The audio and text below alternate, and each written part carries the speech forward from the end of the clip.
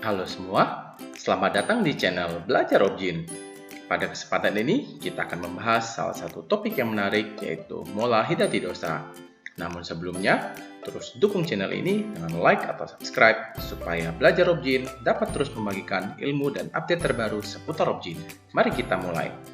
Mola hidatidosa. Namun, sebelum kita membahas lebih dalam, penting bagi kita untuk memahami klasifikasi dan terminologi dalam penyakit trofoblastik gestasional. Penyakit trofoblastik gestasional dibagi menjadi dua, yaitu penyakit trofoblastik jinak dan penyakit trofoblastik ganas. Penyakit trofoblastik jinak terdiri dari mola hidatidosa atau mola komplit dengan mola parsial. Perbedaan keduanya akan kita bahas setelah ini. Lalu, penyakit trofoblastik ganas terdiri dari koriokarsinoma, mola invasif, placental site trophoblastic tumor, dan epithelioid trophoblastic tumor. Keempat tumor ini sudah merupakan bagian dari ginekologi onkologi. Yang harus diperhatikan di sini, seringkali orang menggunakan singkatan PTG, namun tidak sedikit juga yang mengalami salah persepsi PTG antara penyakit trophoblastik gestasional atau penyakit trophoblastik ganas. Di sini, kita akan coba meluruskan persepsi bahwa PTG adalah singkatan dari penyakit trofoblastik ganas atau disebut juga GTN. Mola hidatidosa atau yang sudah dikenal luas dengan hamil anggur adalah proliferasi trofoblast abnormal disertai edema stroma dan degenerasi hidropik filicorealis menjadi vesikel transparan dengan ukuran yang bervariasi. Hal ini bisa terjadi akibat fertilisasi dengan kromosom yang abnormal. Berikut adalah epidemiologi dan faktor risiko dari mola hidatidosa. Pertama, insiden di seluruh dunia yaitu 1/1000 kehamilan. Pada negara maju, insiden dapat meningkat hingga 3/1000 kehamilan dan prevalensi meningkat pada ras Asia, Hispanik, atau Latin. Selanjutnya, risiko meningkat pada usia reproduksi ekstrim, di mana remaja dengan usia kurang dari 15 tahun dan perempuan usia 36-40 tahun, risiko akan meningkat sampai 2 kali lipat. Dan perempuan pada usia lebih dari 40 tahun, risiko akan meningkat hampir 10 kali lipat. Lalu, selain faktor umur, faktor risiko yang sangat berperan adalah riwayat mola sebelumnya, di mana risiko sebesar 0,9% pada riwayat mola, lalu risiko sedikit lebih rendah yaitu sebesar 0,3% pada riwayat mola parsial, dan risiko akan meningkat sebesar 20% apabila terdapat 2 kali riwayat kehamilan mola sebelumnya. Dan bagaimana mola hidatidosa bisa terjadi? Berikut adalah patogenesisnya. Pertama adalah androgenesis, di mana terjadi fertilisasi oleh sperma dengan satu set kromosom X membuahi ovum dengan kromosom yang tidak aktif. Setelah fertilisasi, kromosom sperma akan melakukan duplikasi akibat tidak ada kromosom dari ovum. Sehingga hasil akhir konsepsi yaitu kromosom 46XX dengan kedua set kromosom berasal dari sperma. Selanjutnya ada teori fertilisasi sperma ganda, di mana terdapat dua sperma yang masing-masing membawa kromosom 23X yang membuahi ovum dengan kromosom yang juga tidak aktif. Sehingga hasil fertilisasi berupa dua set kromosom yang berasal dari dua sperma dan tanpa kromosom ovum. Dan kromosom final 46XX dengan kedua pasang kromosom merupakan kromosom asal sperma.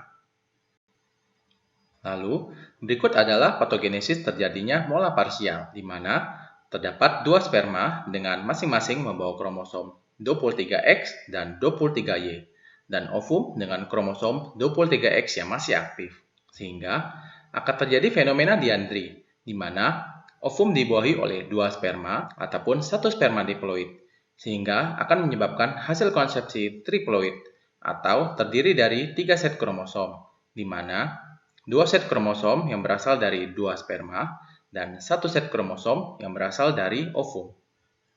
Hasil kromosom final 69XXX atau 69XXY, sehingga akan terbentuk jaringan mola beserta dengan jaringan embrio fetus secara bersamaan. Gejala klinis mola hidatidosa adalah sebagai berikut. Pertama, terjadi amenorrea yang disertai dengan mual muntah hebat, sehingga umumnya pasien akan menyadari bahwa pasien hamil. Mual muntah hebat terjadi akibat peningkatan kadar beta HCG yang sangat tinggi. Dan seiring berjalannya kehamilan, Bisa terjadi perdarahan pervaginam dari bercak sampai perdarahan hebat. Dan uterus mola umumnya lebih besar dari usia kehamilan sewajarnya. Diagnosis mula hidatidosa ditegakkan dengan pemeriksaan USG yang ditemukan gambaran badai salju atau snowstorm appearance, dan pemeriksaan beta CG kuantitatif didapatkan kadar beta CG yang sangat tinggi.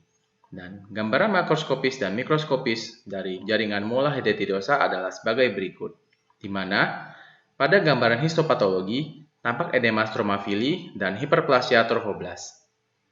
Dan berikut adalah manajemen mola hidatidosa. Pertama, manajemen preoperatif yang terdiri dari pemeriksaan darah lengkap, fungsi hati, fungsi tiroid, dan beta CG kuantitatif. Pemeriksaan fungsi tiroid bertujuan untuk memastikan tidak terjadi krisis tiroid. Selanjutnya, dilakukan pemeriksaan cross-match dan sedia donor darah untuk antisipasi kehilangan darah saat evakuasi jaringan. Dan dilakukan foto ronsen toraks untuk memastikan tidak terjadi metastasis ke organ paru.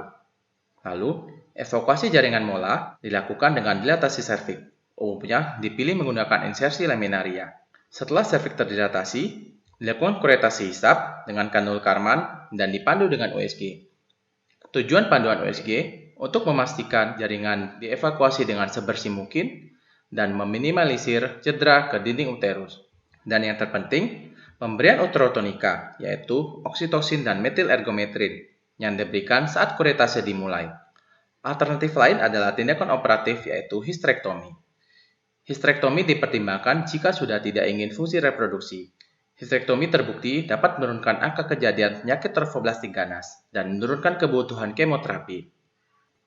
Bagian terpenting dari manajemen mola hidatidosa adalah pemantauan pasca evakuasi jaringan, karena berisiko berkembang menjadi penyakit trophoblastik ganas. Dan berikut adalah kriteria penyakit trophoblastik ganas postmola menurut Vigo tahun 2018. Pertama, ketika didapatkan kadar beta CG mendatar atau plateau pada 4 kali pemeriksaan dalam waktu 3 minggu atau lebih, yaitu pada hari ke-1, 7, 14, dan 21. Atau ketika terjadi peningkatan kadar beta CG pada 3 kali pemeriksaan dalam waktu 2 minggu atau lebih, yaitu pada hari ke-1, 7, dan 14. Lalu, apabila didapatkan diagnosis histopatologi yang mengkonfirmasi koriokarsinoma. Apabila salah satu dari syarat ini terpenuhi, maka diagnosis koriokarsinoma ataupun penyakit trophoblastik ganas dapat ditegakkan. Sampai di sini pembahasan kita mengenai mola hidatidosa. Semoga dapat berguna untuk kita semua. Mohon maaf apabila terjadi kesalahan kata ataupun penyajian data pada pembahasan tadi. Karena ilmu yang terus berkembang, apabila terdapat koreksi, bisa ditulis di kolom komentar. Sekian dan terima kasih.